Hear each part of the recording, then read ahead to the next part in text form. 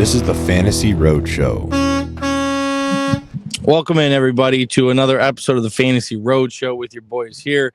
You can call me Truck. I'm inside of a truck, and I'm joined, as always, by the infamous Shane O'Mac. And today we're talking a little recap of 2024. We're going to talk about our My Guys, maybe talk about some playoffs, the implications, and the Super Bowl that's coming up next week. And then we'll finish off with some coaching changes, talk about our respective teams and kind of where we're at heading into the offseason. So, Shane, I feel like it's been forever. It's been a nice little break since our last recording at the end of the season. But how the hell are you doing?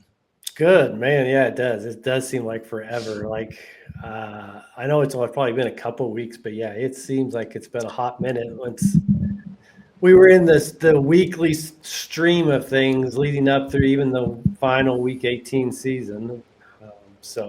Yeah, absolutely. It's nice to take a little break because we are, full go, full steam ahead during the season. So a little recalibration, as I like to say. But make sure you guys follow us on Substack, thefantasyroadshow.substack.com. Get all of our weekly articles or, whenever we drop them. Shane put out a great article that kind of highlighted what we learned from this past season. We were going to record an episode, but it just didn't work out. So make sure you guys go follow the Substack to get that and all future articles. But yeah, man, I've been dealing with a lot. My car broke down. I need a new engine in my car. It's just one thing after another in my life has just been struggling. How has your life been? Good. So it's interesting you mentioned cars. I'm at the point in life where we've got to find a used car for Jax O'Mac. Oh, his first car. Yeah. So okay, what are we thinking? Where are you at? I don't know, but it's that's what worries me the most. I don't know about you, but I'm not a car maintenance guy. Like I am not that guy that can get in there and diagnose things. So do your own oil change. Well, just even know like, okay, what could potentially go wrong and how to fix this and that. And so like, that's where I'm struggling at is like, especially when you're buying from individuals, not knowing what could be coming around the blind corner of maintenance costs and everything. So yeah, that's the tough thing about buying vehicles. If you don't buy it new, you're always even when you buy it new, stuff pops up all the time. So you can't really think about it too much. You kind of just gotta go with the reviews and any reliable ratings and stuff like that. And is there anything he's asking for? Is he like is there any requests from Jax O'Mac? Not really. He just wants to get something that then he can start souping up, in his words, later in the point. All right. The spoiler and the LEDs on the bottom and stuff like that. All right. Cool. All right. Well, let me know how that search goes, and if I can help at all, please let me know. That'd be a fun thing to help out with for Jax O'Mac. But anyway, we're going to be talking football today. Let's talk about the playoffs, right? We have the the Kansas City Chiefs against the Philadelphia Eagles in a rematch from a couple of years ago. Yeah. What is your immediate reaction from the last the championship weekend that we just had last week?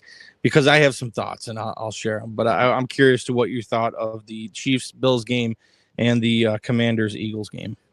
I honestly wasn't surprised at the results. Like I just went into both of those games thinking, I don't know if there is a better home field advantage than at Philadelphia and at Kansas City. It is such a huge difference compared to most NFL teams. You're absolutely right. It definitely is. I mean, Arrowhead is a beast, in Philly, I would never want to go to a Philly game ever. Never. No. So you'll never see me at one. But you're absolutely right. So you expected those two teams to. I expected those two to move on, and I felt Washington was just too young everywhere to really go into that environment. And honestly, I just felt like the coaching advantage was so huge on the side of Kansas City that would help tilt them also. I think it's massive. Yeah, I knew the Eagles would win. I couldn't believe the majority of the public was on Washington, obviously, with the way they played and their Cinderella-like season towards the end of the year this year. But I knew the Eagles were going to roll them. I didn't think they were going to win by 32 points. Mm-hmm. That was a little fresh to me, but I really wanted the Buffalo Bills to win that game. Yeah. You know me, if you watch the show, if if you pay attention to the podcast, I am a huge proponent of Josh Allen.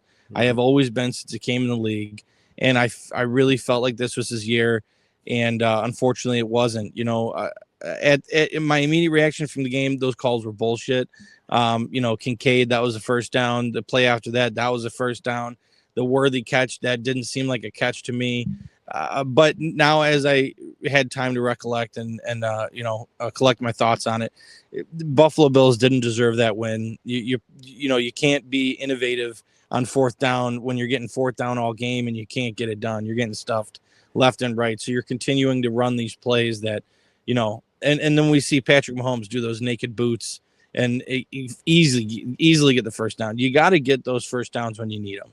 And unfortunately, the Bills were not prepared to win that game. So, I'd like to say the NFL is rigged and all that mumbo jumbo, but the Bills, the Chiefs were the better team, and that's what it is. So, hopefully, Josh Allen can get over the hump one of these days. You know what we really need? We need a healthy and a full, ready to go team from the Cincinnati Bengals. Like the Freudian slip at the beginning of the episode. Yeah.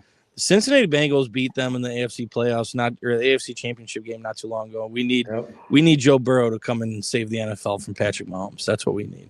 Yeah, I just think there were so many just coaching masterpiece moments in that game from the Kansas City side of things.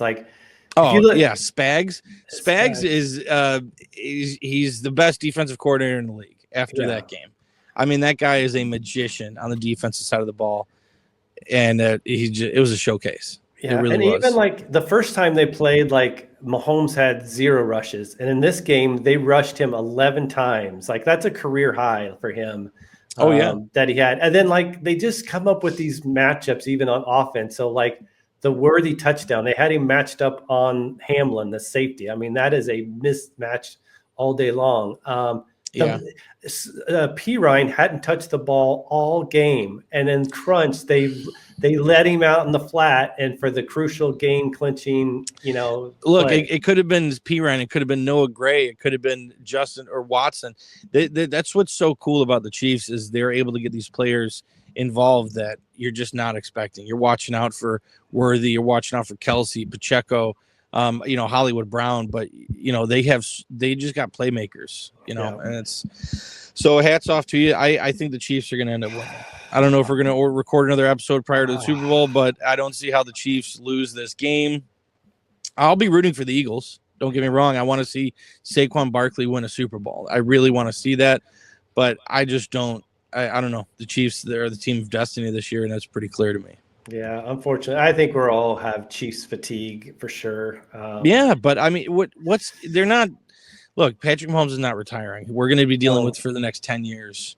Yep. So at first, my thoughts, prior to this year was all right, well, as soon as Kelsey's done, maybe their run comes to an end. Maybe they're not so dominant, but I don't know if that's the case anymore. If you're going to tell me you got Rashee Rice, you have Hollywood Brown, you have Xavier Worthy, you got some weapons outside of Kelsey, which in previous years it was really just Kelsey.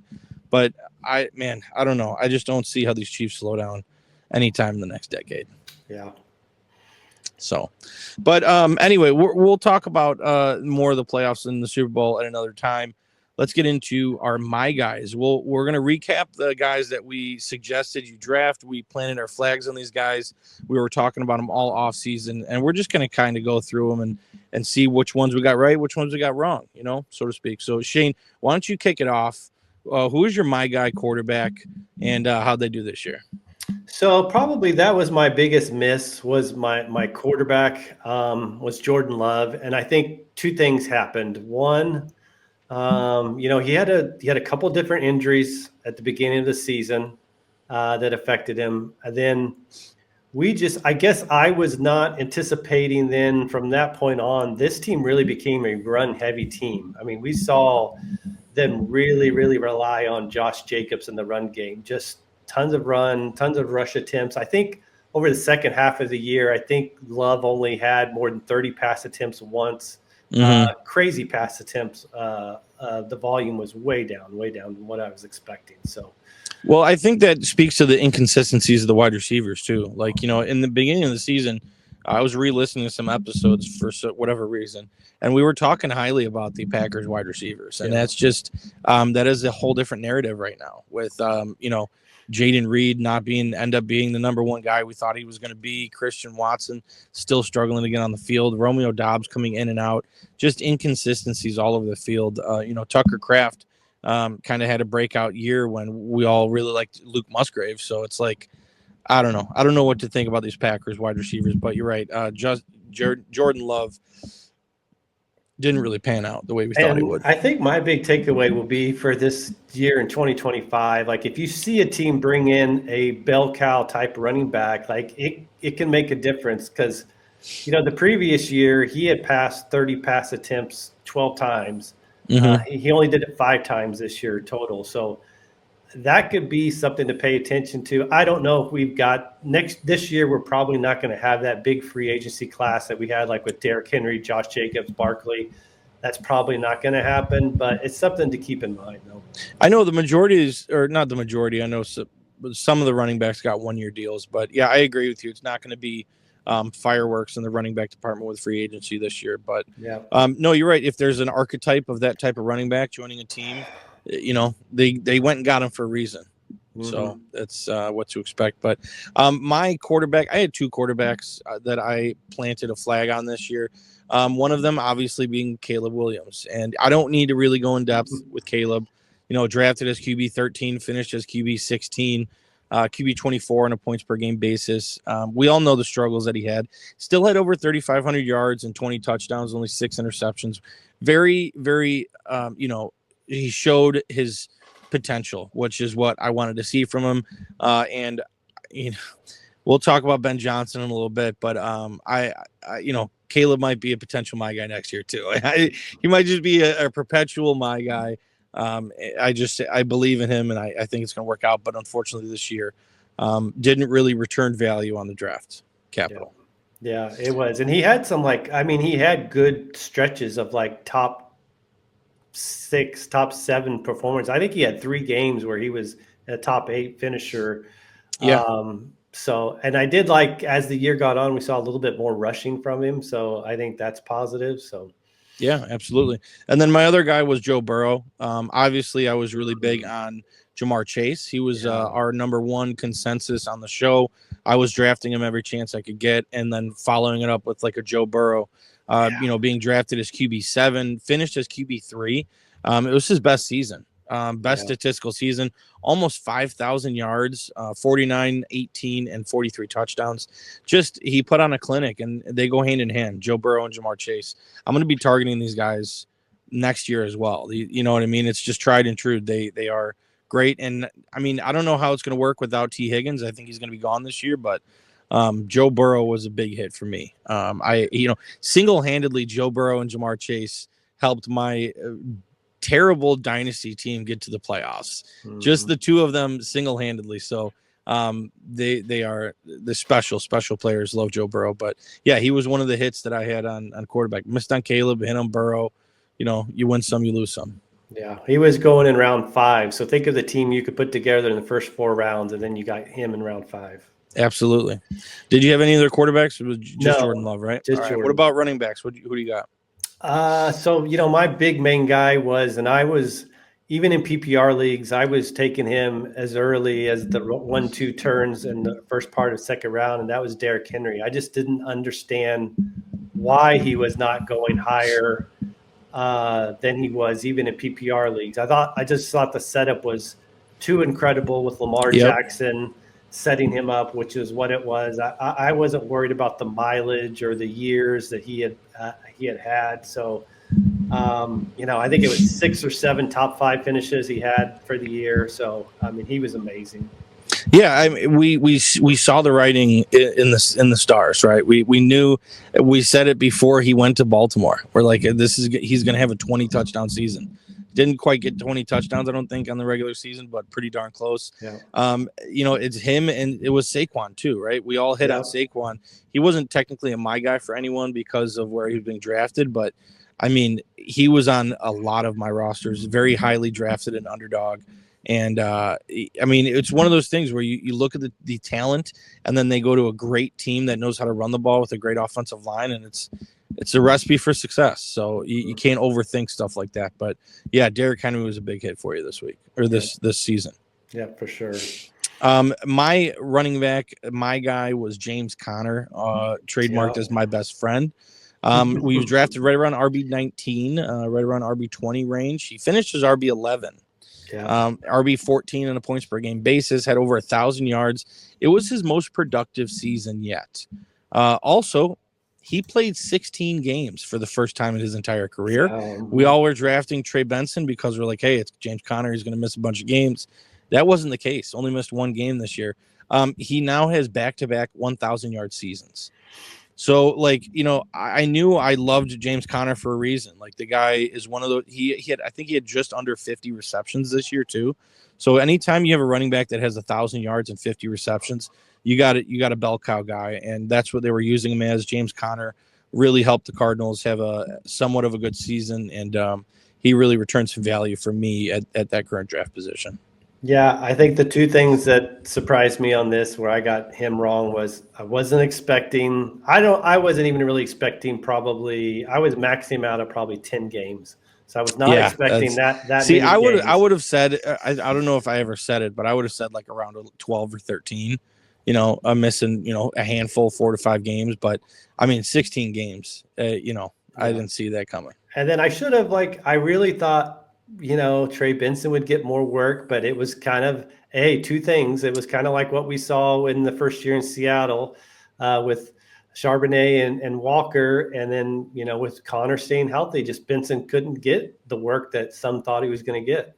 Yeah, absolutely. And Connor's better with more touches too, you know. Yeah. He's better with 17, 18 touches rather than 10, 11, or 12. So, what about wide receivers for you, Shane? Who's your my guy at wide receiver this year? So my guy was, and I was taking him at the like a couple leagues where I had the 12th pick. I would take Henry at 12, and at 13 I would take Malik Neighbors. And I remember coming on the show ranking Malik Neighbors ahead of Marvin Harrison Jr. in our wide receiver ranks. You and Kolzicki both. Yeah, and I always felt strongly that he could easily overcome the quarterback play, however bad it was, that they would figure out ways to get him short area targets. And in PPR leagues, he would just be a target hog. And that's what he was. Like, he was the second highest targeted receiver in the league this year. I think he ended up with 18 points per game. They just found ways to get him the ball. He came for owners, he really came on during the playoffs too. Put up some monster games in the fantasy playoffs. So as good as he was this year, I mean, you can only imagine what 2025 will be like with some competent quarterback play, hopefully. Hopefully, right? Who are they going to have at quarterback? Somebody. Is it going to be Shedeur Sanders? Is it, we'll see. Hopefully they figure it out because towards the end of the season, Malik Neighbors was looking very defeated.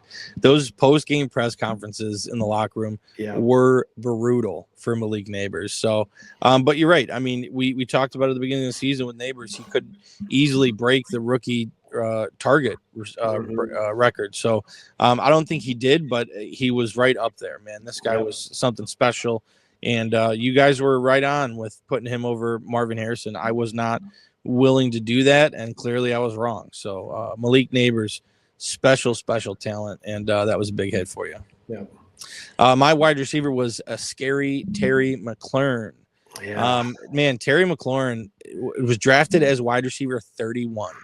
Yep. 31, finished as wide receiver 7.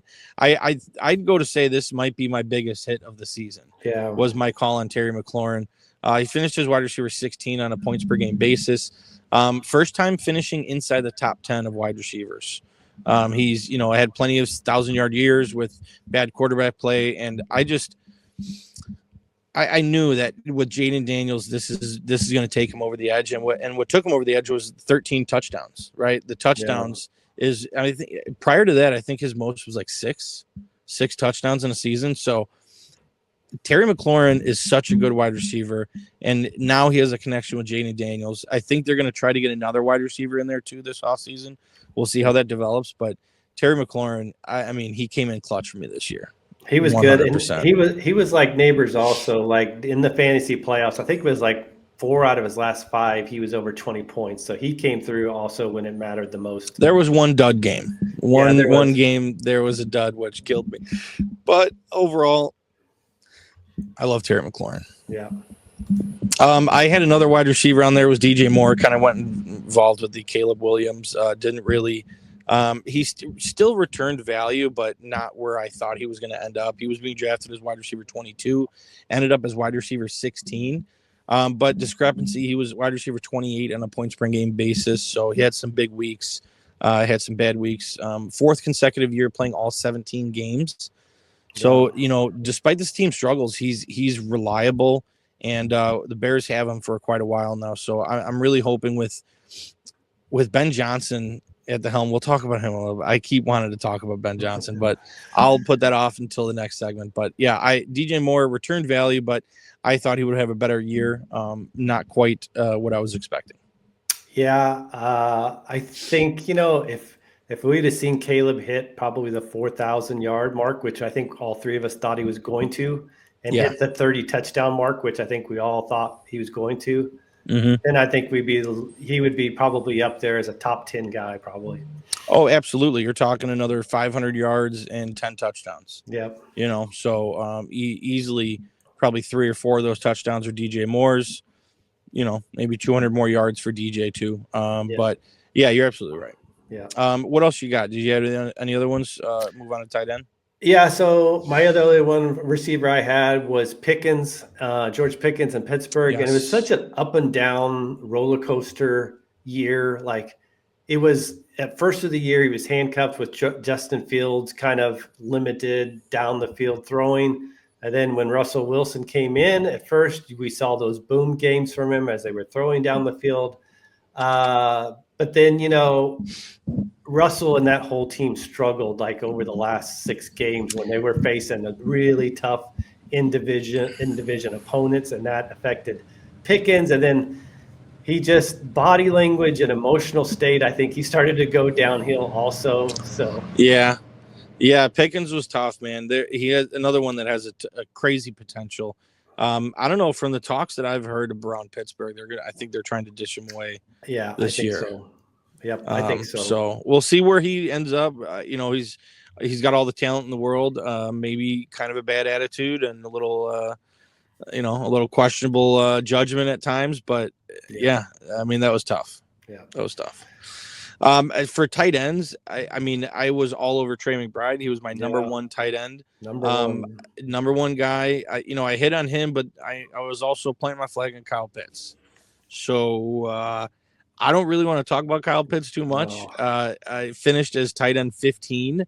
And after his 1,000-yard rookie season, he now has 3 straight years outside the top 12. Like, it just, I thought with Kirk Cousins, it would be a different story, and I was wrong. Trey McBride, another great season, though. It took him a long time to find the end zone. Yeah. But once he did, you're just talking about an elite guy. This guy is going to be cemented in the top 5 in one way or another for the next 6 to 7 years, in my opinion. Yeah, it'd be fun watching him and Brock Bowers battle for probably that top tight end spot each year in fantasy. Absolutely, yeah, it's the new duo right there. But we'll see, man. These tight ends come in. We got there's some talent in this draft class too. So we'll see where they end up and where that goes. But what about you? Who'd you plant your flag on for tight ends? So my guy that I planted, he started off great. It was Jake Ferguson in Dallas. So he started off the year. He had 3. It was top 8 finishes in his first 4 games. Then it was week 8 or week 9. We had the season-ending injury to Dak. And after that, it was he just did not get the same looks from Cooper Rush. He had a couple of games missed with concussions, so you had Shoemaker come in and start getting some run, and so that Dak injury feels so long ago. Like I almost don't even remember watching Dak play football this year. Yeah, like that's where my memory is at, but. Yeah, Jake Ferguson. I was excited for Jake too. I liked Jake, Fergie, as we like to call him, Fergalicious. Just tough when your quarterback goes down week. What was that, week 8? You said? Yeah, I think it's week 8. So Yeah, that's tough. yeah. Tough. All right. Well, that was our recap for our my guys. Some good hits by us, also some misses. But that's going to happen. You know, it's fantasy football, and you just want to hit more than you miss. And I feel like we did that this year, Shane. So Yep. I'm excited to see where our my guys go next season. I already hinted that Caleb might be a my guy, and that's to be expected. Okay. But let's talk about these coaching changes. Both of our teams, the Cowboys and the Bears, have been in the news cycle quite a bit. I'll go ahead and start. Bears, clearly everybody knows about this already. They got Ben Johnson. We bring in Declan Doyle as our offensive coordinator and Dennis Allen as our defensive coordinator. I couldn't be more excited about, this is the time where the Bears thrive. It is the offseason. It is officially Bears season. What worries me? Obviously, I've been a Bears fan a long time, and the Bears don't do very well with a lot of hype. Okay. Caleb Williams came in with all the hype in the world. Didn't really work out to expectations. Ben Johnson is coming in with equally or if not more hype with the way he was projected and was sought after. The Bears are a very different team than the Detroit Lions. Okay. But we do have the pieces, and if you build it the right way, I think we can be very successful. So I'm going to temper my expectations throughout this offseason. You need to put me in check if I step out of line and talk too highly of the Bears. But bringing in Declan Doyle, I did a little digging on him. Tight ends coach with Denver last year with Sean Payton. Prior to that, he was an offensive assistant with the New Orleans Saints from like 2019 to 2022. I looked into it. There's a little trend going on in the NFL. Okay. Tight end coaches become good head coaches. Okay. Ben Johnson used to be a tight ends coach. Sean Payton. No, I'm sorry, not Sean Payton. Sean McVay. Sean McVay used to be a tight ends coach. So they're sought after, saying like, hey, these guys are very creative. They got to pay attention to everything. And they kind of sneakily brilliant offensive minds here. So bringing in Declan Doyle, I'm pretty excited about. He's a young guy. He's not going to be calling plays, obviously, but I am excited for when the Bears do have a good drive. I get to say, "Oh, Doyle rules." I will be saying that a lot this season coming up. So I'm excited. And then Dennis Allen, almost 3 decades of coaching experience in the NFL, had a top 10 defense and points allowed with the Saints. Like, I couldn't be more excited about that. I think that's where I'm most excited about with Dennis Allen and the defense, because I was worried about when Eberflus left, how the defense was going to bode for this offseason. So that's kind of my rant for the Bears. I'm excited to where things are at and where they're going. And we just got to hit at this draft, maybe get Will Campbell, sign Trey Smith from the Kansas City Chiefs. That's the biggest move for me, getting Smith from the Chiefs and drafting Will Campbell. If those two things happen, I will be thrilled. If we end up missing on Campbell and draft the running back that you want over there in Dallas, I'd be fine with that too. But we'll talk about the draft at another date. Shane, talk to me about your Dallas Cowboys, and because I see them in the news almost every day now. The whole process was just the biggest cluster F I think I've ever seen involved with any organization. Like, you wait 8 days after the season ends to decide on, okay, we don't want Mike McCarthy coming back. Okay, so you wait 8 days, so you miss out on a Matt Vrabel interview. You miss out on the Detroit coordinator's interview. Who knows if they would even want that job, honestly. There's a lot of speculation that all the top guys didn't even want to come in for an interview. Jerry knew that through sources and agents, so he did not want to be embarrassed and reach out and then be declined and not get out. Yeah, pride thing. So there's a lot to that I could see also. But still, how many interviews did the Bears do? They did, 18, 19? It seemed like 35. I think the Cowboys ended up doing 4. One was internal with Schottenheimer. So, and the only other one that was somewhat legit was Robert Saleh. That was the only legit other, and Pete Carroll, that was pseudo kind of an interview. I don't think it was really an interview. I think he was calling to pick his brains on Brian Schottenheimer more than it was an interview. So, it's hard to get excited about a guy who was the offensive coordinator but did not call plays. The last time he was a coordinator in Jacksonville, he lasted a year, I believe. Their offensive ranks were pretty horrible also and terrible. Yeah. But I'm just more, I guess, I'm more upset about the process as far as not looking at any legitimate candidates, the arrogance factor, the doubling down on the press conference afterwards with Schottenheimer. I've never seen anything so bizarre when you kind of just embarrass the guy you just hired. Like when you're like, now, if you don't think I'm willing to take risks, this here is a risk. This guy's got no head coaching experience. You can't have a bigger risk than this. I'm telling you right now. Is that the interview where he was talking about glory holes again? Yeah, and he's like, it can't all be smiles and glory holes. So, and then you've got Stephen Jones, who's like, he's coming up with like, I know people say that this drought that we haven't been to a conference game in 29 years. Well, that's not an assumption where you don't need to air quote drought. That's a fact. That is a fact. It literally has not happened. And they're the longest team, right? In the NFC.